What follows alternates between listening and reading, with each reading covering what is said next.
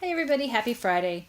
We've got one more week of class. Oh, first, Lisa isn't here. She's on vacation this week visiting her daughter. So just with me, comments written down throughout my thread. So we've got one more week of class. For the rest of the semester, you won't have many new assignments. In fact, the new reading this week is the last new assignment. This is an article on the humanistic side of engineering. This will help you take a look at that other side of engineering. We've been reading a lot about what students' engineering, problem-solving skills, and design skills look like, but this will give us a chance to think and talk more about the 21st century skills that have come up naturally in so many of our discussions. Another one of the themes that has been coming up over the past few weeks is reflection, both for teachers and students. I don't really have anything new to bring to this discussion other than what's been talked about online. We all know how important this is and how hard it is to find time to do it. I think with a novel engineering, kids need scaffolds at first just to let them know how to reflect on their own ideas and others' work. A little differently than critique, just looking more inward. Just like any skill, it's going to take a lot longer at first. Then the more time they have and the more practice they have, the less time it will take. I want to share a conversation that Nazreen and I had this week. She contacted me because she was concerned about a pair of her students working in their design. They designed a pair of glasses that would have colored lenses, and this would correct dyslexia. We were both concerned about the solution since it wasn't functional and that they really didn't seem to understand dyslexia. So Nazreen and I arranged to talk the next day after she emailed me. But she was going to talk to the students to get a better understanding of this design. It sounds like she did a great job of questioning the students. She asked them to provide evidence to support their design. We both figured if she did that and they had no evidence, then they'd realize they have to sort of alter what they were designing.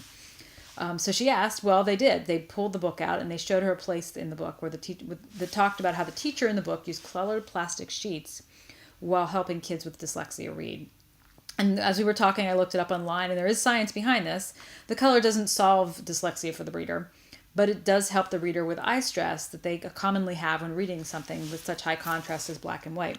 So I think this is just one of those times when it's so hard. You think that something isn't really a functional solution, but if you ask kids questions and do a little research, sometimes it is a solution. So there are actually glasses out there. I don't think the kids had looked it up, but they did use the evidence from the book to inform their design. So that was pretty exciting. Jen wrote, she was writing about having kids getting comfortable. I'm getting more comfortable with helping students recognize their own discomfort instead of fixing it all the time for them. Get comfortable being uncomfortable, or it's okay to be uncomfortable, but I recognize it and control the response. It's just another way to frame it. So I think that's really great. She said that we really have to bring this conversation to the forefront. The nature of being in a learning school for students with learning disabilities means that they are very open about talking what challenges they have within a learning activity. They name it, discuss it, and choose strategies to work through it. I think it's important for all students to understand that discomfort is a natural part of the engineering design process and life, and to learn how to talk about it. So I think this is a great opportunity for Jen's kids, and it's really great they have such support to work through this. Going back to the Periscope video, when the team was showcasing their Periscope design, one of the boys mentioned that he added the mirrors when his partner was sick.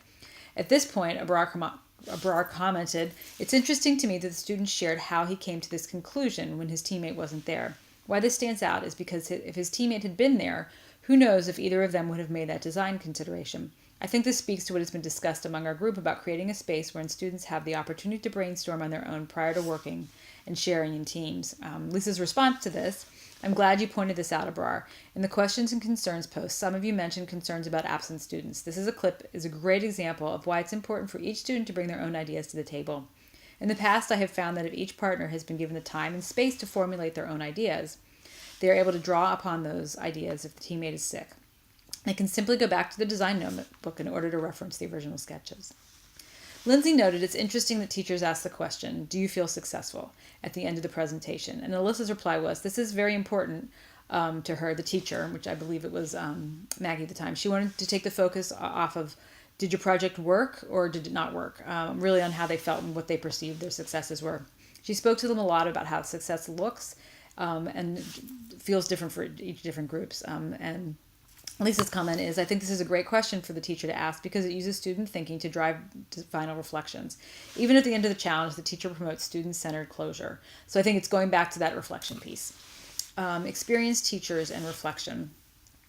Jen stated, "I think it's a struggle with the idea of seeing how it all comes together down the road. I need to be okay with just getting started and adjusting along the way. I think this is a natural part of being a teacher and is trying something new. We want to plan and be completely prepared, but that is not always realistic." I think this is absolutely right. I think this being your first novel engineering unit, Rest assured that much of this falls into place as you go. Although you may have a trajectory of how challenges will turn out, things never go as you expect. As you focus on student thinking and circle discussions back to their thoughts, you are going to be amazed at how much your students are capable of. During this unit, it's possible that you will only see evidence of beginning designers. However, as you move through subsequent units and challenges, you will begin to notice that students are moving closer to their becoming more informed designers. Especially if you're talking about the design matrix, you'll see them move along. Nazreen mentioned idea fluency versus idea scarcity. We still struggle with this. Just today, I observed 2 students fixated on the first idea they had and trying to make it work. I encouraged a mild design share out to try and get their other ideas so that a redesign or further brainstorm would occur, but I haven't seen much progress in this regard. And so Lisa responded to this. Several years ago, when my first group of students began a novel engineering challenge, I found this to be the case. During this time, I was taking a TEAP course. That's one of the other courses that we do that focuses more broadly on engineering. And one of our assignments was to read the Informed Design Teaching and Learning Matrix, the Krisman and Adams article. In an effort to make students aware of the difference between beginning designers versus more informed designers, I shared the design matrix with them while using kid-friendly words. They totally got it. By the next challenge, they all strived toward becoming more informed designers. It seemed like a simple fix, but honestly, it really works. I think that's great. I think that really goes to being really upfront with kids about what your goals are, what they're going to be doing, being explicit so that they have the vocabulary and they have the understanding of not only what they're doing, what other people are doing. I think it just makes for a stronger project. So it's a very short post today. I think we're waiting for comments from some people still, so please go ahead and make those. Also, don't forget to read other people's posts and make comments on them. If anyone wants to talk over Skype or on the phone, please let me know. Don't forget about the questions and concerns page. You can add things there as well. I'll be looking at that over the week. So we make sure in this last week, because next week I think will be our last video, that we cover anything you want. If we need to have another video in another week or so, we can do that definitely. And just want to add that we know everyone has schedule constraints at their school, so the timeline for their project may change. We build in a lot of time at the end of this semester in case this happens. Although the next class is next week, the end of the term isn't for another 2 weeks, so you definitely have time to finish things up. So please, as I said, if there's something you want to talk about, feel free to reach out, and I will make sure that we have time to talk. If you have any questions, email, even if you don't want to talk, and I hope everyone has a great weekend. Thanks.